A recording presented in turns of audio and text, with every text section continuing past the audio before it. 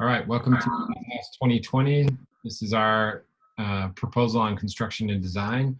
We're called ModEQuity SLC, and I'm Sam Ball. I'm Jared Collette.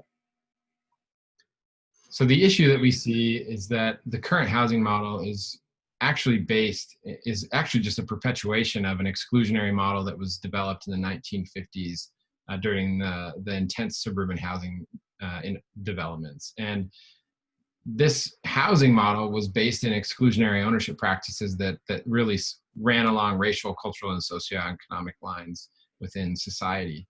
And so far, it has been we have unsuccessfully, adjusted this housing model to be a one-size-fits-all housing solution.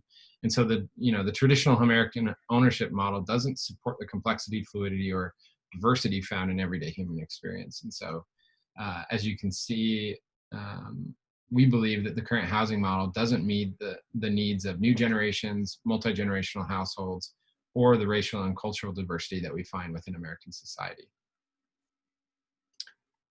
So our proposal is a new approach to ownership. Instead of the traditional home ownership, which has a single form of ownership where the homeowner owns the entire property outright, we propose a variable spectrum of ownership, where individuals can own certain or build individual equity in more private spaces that they need, while being able to build shared equity within shared spaces they may not need all the time.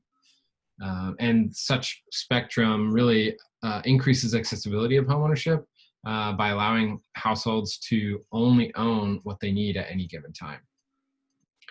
And such ownership models would be kind of housed within a very flexible modular framework made of volumetric modular construction that would allow both individual equity and shared equity to coexist in the same structure.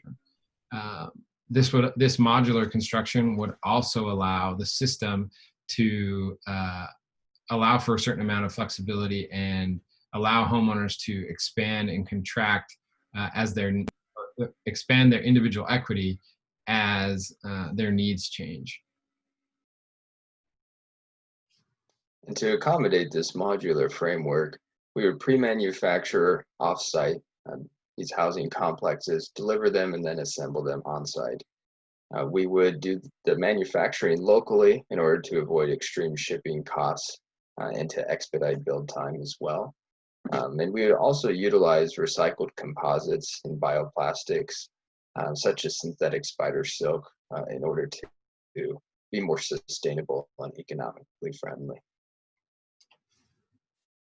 As far as the location, we decided to choose the Sugar House neighborhood of Salt Lake City, Utah.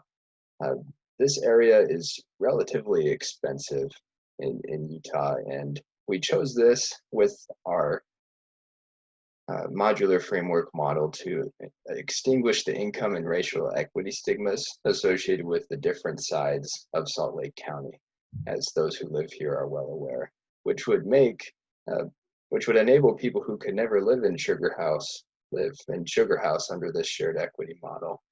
We thought that this model would be more fitting in an urban environment, and accordingly we'd be able to scale housing to accommodate small and large families, which developments could be initiated by the community themselves, even by governmental interventions, as well as nonprofits. And to make this affordable and keep it affordable for years to come, we would separate this from the primary free market through deed restrictions in order to lock the equity appreciation at no more than 3%, simply to account for inflation.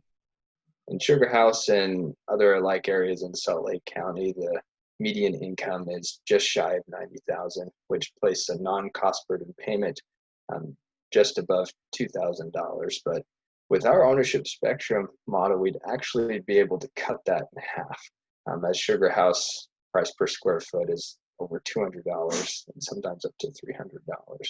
And as you can see through the funding diversity here, crowdfundings, nonprofits in the community would fund the shared equity spaces, while the residents would only need to pay for their dwelling units themselves.